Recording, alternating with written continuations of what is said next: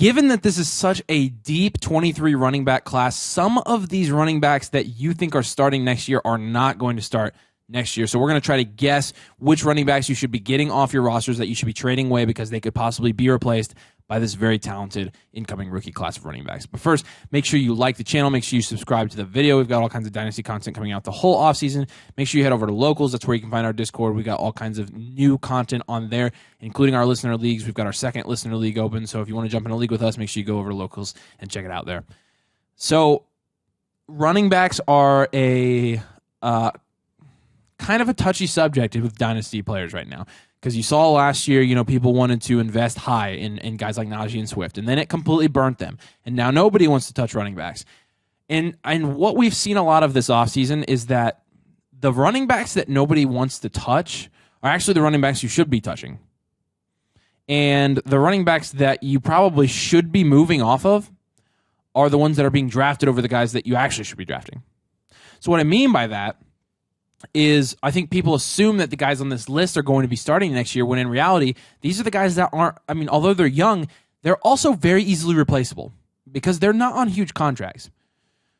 We're going to go through a couple guys here you should be moving off of. You should probably be trading them away. We'll give you why we think you should be doing that.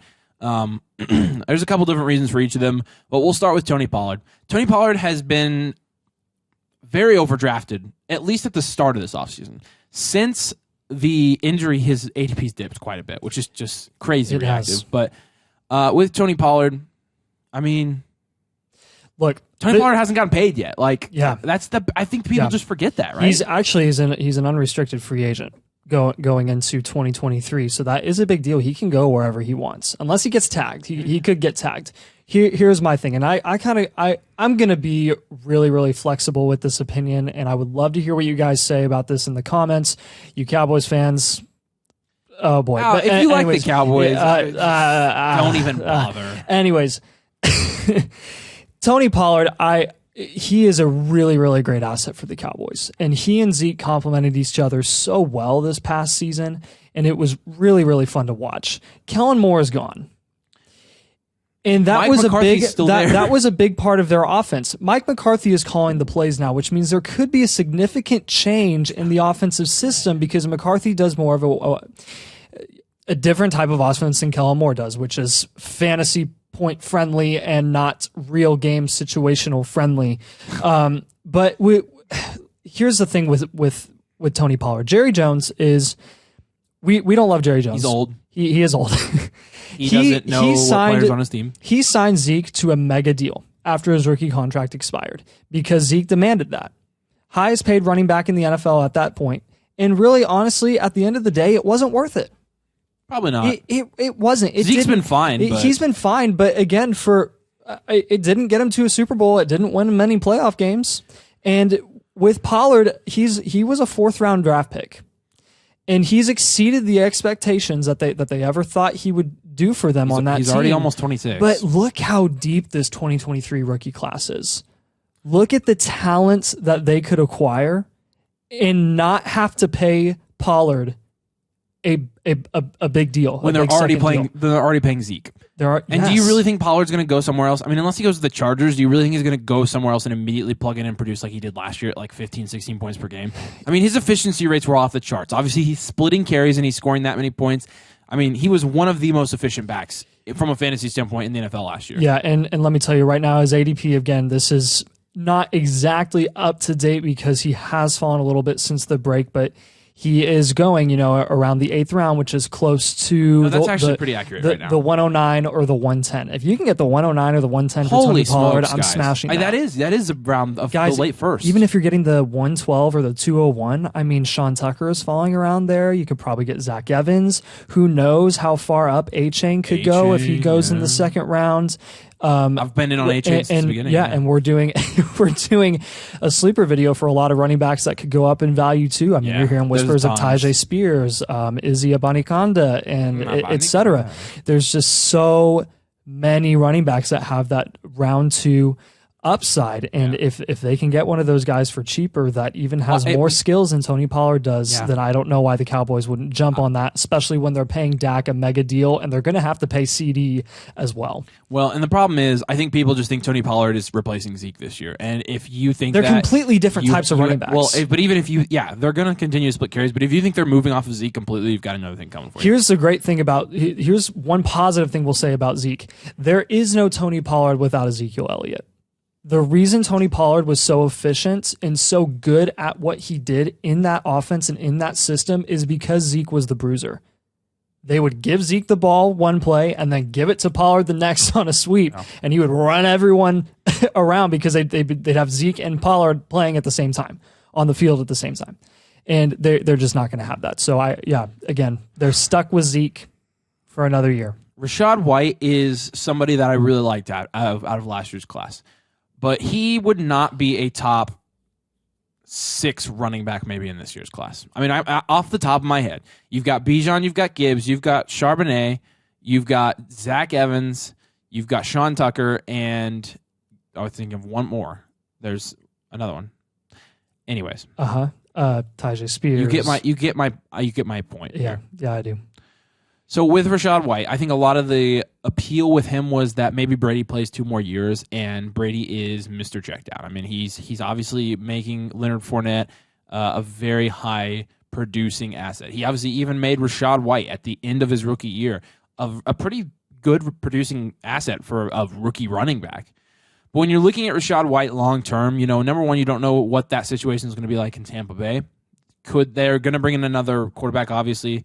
I don't know if they're going to even look to contend still. Maybe they do. They've got a roster. They've got a defense to do it, and they've still got Godwin and Evans. So their defense was so underwhelming, though. Like, honestly, if they don't do well this year... Their defensive line was much better than If they don't do well this year or are mediocre, they will have to scrap everything, and that would mean some major value changes. Rachaad White is also somebody that can easily be replaced, and right now you can get a 23 first from him. I think every single guy at the end of the first round of the 23 class is more talented by far than Rachaad White.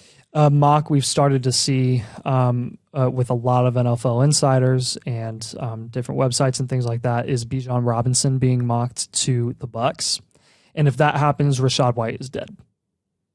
Maybe not dead, but I mean his value is nowhere near to what it is right now. And again, he could easily be replaced. And honestly, if I don't see a world where Bijan would be shorted for going to the Bucs because of Rachaad White, Rachaad White will take the hit. Likewise, Khalil Herbert, people think Khalil Herbert's going to replace David Montgomery in Chicago. There are 2 things going into this. Number one, I know Khalil Herbert is still on a rookie deal, but is he going into his 3rd or 4th year in the NFL? I think it's 3rd. So no, he only has 2 years left in the deal. David Montgomery, they're not going to have to, I don't think they're going to have to pay Monty a whole lot. I don't think there's going to be a huge market for Monty. Not a big market for him. I mean, he's not going to have much leverage in those negotiations. If I were any NFL team, I'd rather go pay Miles Sanders than David Montgomery. Now, Monty's not a guy that I'm necessarily running to grab either, but with Khalil, I don't think it's likely. I know in the limited sample size that Khalil Herbert was extremely otherworldly efficient this year. I know 5.7 yards per carry. Yeah, I know that he had half as many carries as Montgomery or something, and the same amount of something really crazy like that. Do you know how many receptions he had on the year? 9. That's not none. That's 9. He had 9 receptions on the year, and Khalil Herbert went at is not 632 was his draft capital. I mean, him being established on the Bears, I'm not super worried about that. But the pass catching is the biggest thing because if he's really going to step in and be he can't be the guy in Chicago because Chicago with the offense they run can't just not have a pass catching back. And really any offense in the NFL these days can't just not have a I mean, if the back that you're primarily using can't catch it to the backfield, then you have another one and then they're essentially splitting time. He's 5'9", 210. A-Chain is 5'9", 185. Why don't they just go get A-Chain? Which, I mean, and replace Jeremy Khalil has Herbert. talked about that a lot. A-Chain he's a better pass catcher, and that's what they need. Khalil Herbert is he's fine, but he's not somebody that we should be elevating this much, I don't think. And he's going, I don't think he's going too awfully high, actually. I don't remember where he's going in our ADP, but I don't think it's anything astronomical. I don't think he's going in the top 12 rounds. No, he is. He's going start of the 11th. Or sorry, so he's going mid-late 11th. So you can get an early to mid-second for him?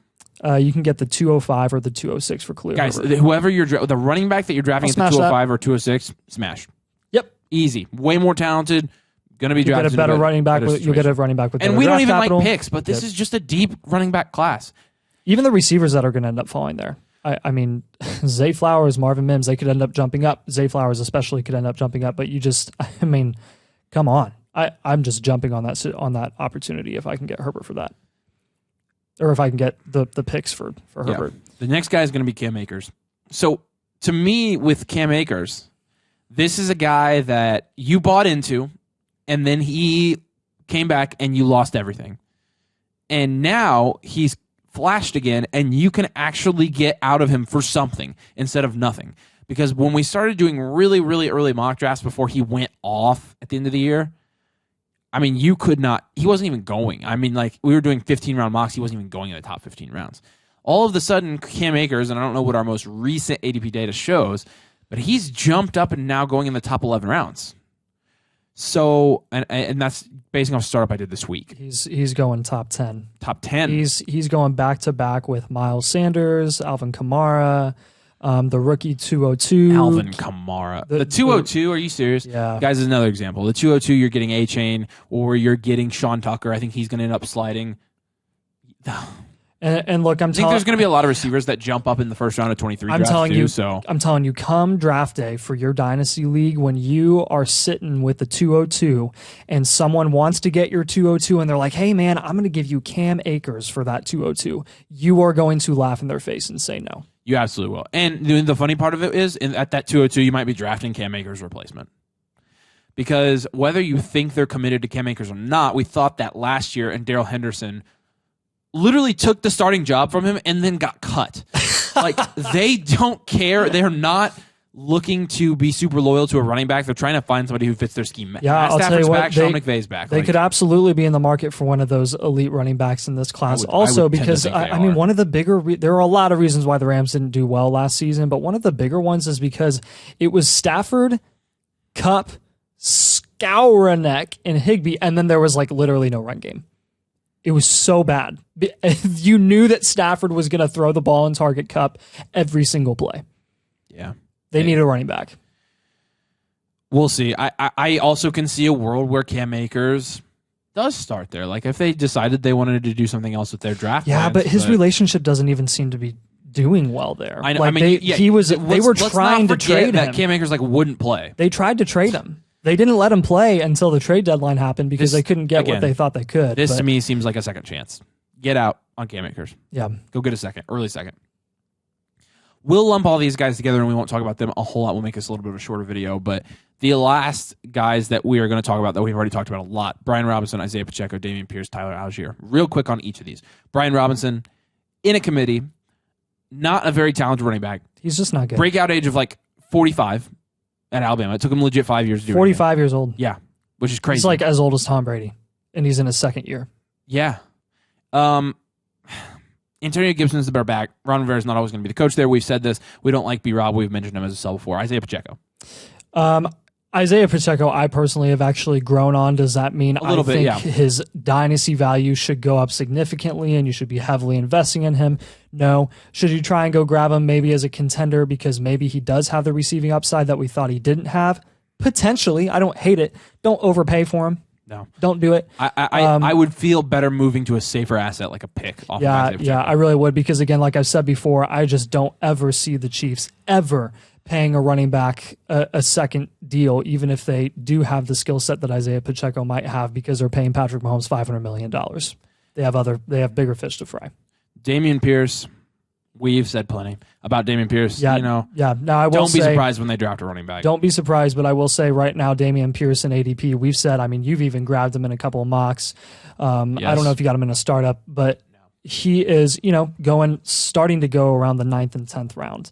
And when people were originally throwing like 23 first for him mid-season last year. So I think his value right now is fine. You're not losing a ton if you're investing in him right around there. I'm still avoiding him because, again, Houston could grab anyone they want to. They have so many picks. Yeah. It's just endless. If you sold Dameon Pierce when he was at his value peak for a good return, let us know in the comments what you got for him. that would make my day just reading through all the people who sold high on Dameon Pierce because I got roasted for that one a lot. Tyler Algier. Better probably than Dameon Pierce. The better dude out of all four of these guys. Still probably going to get replaced. We've talked about this plenty.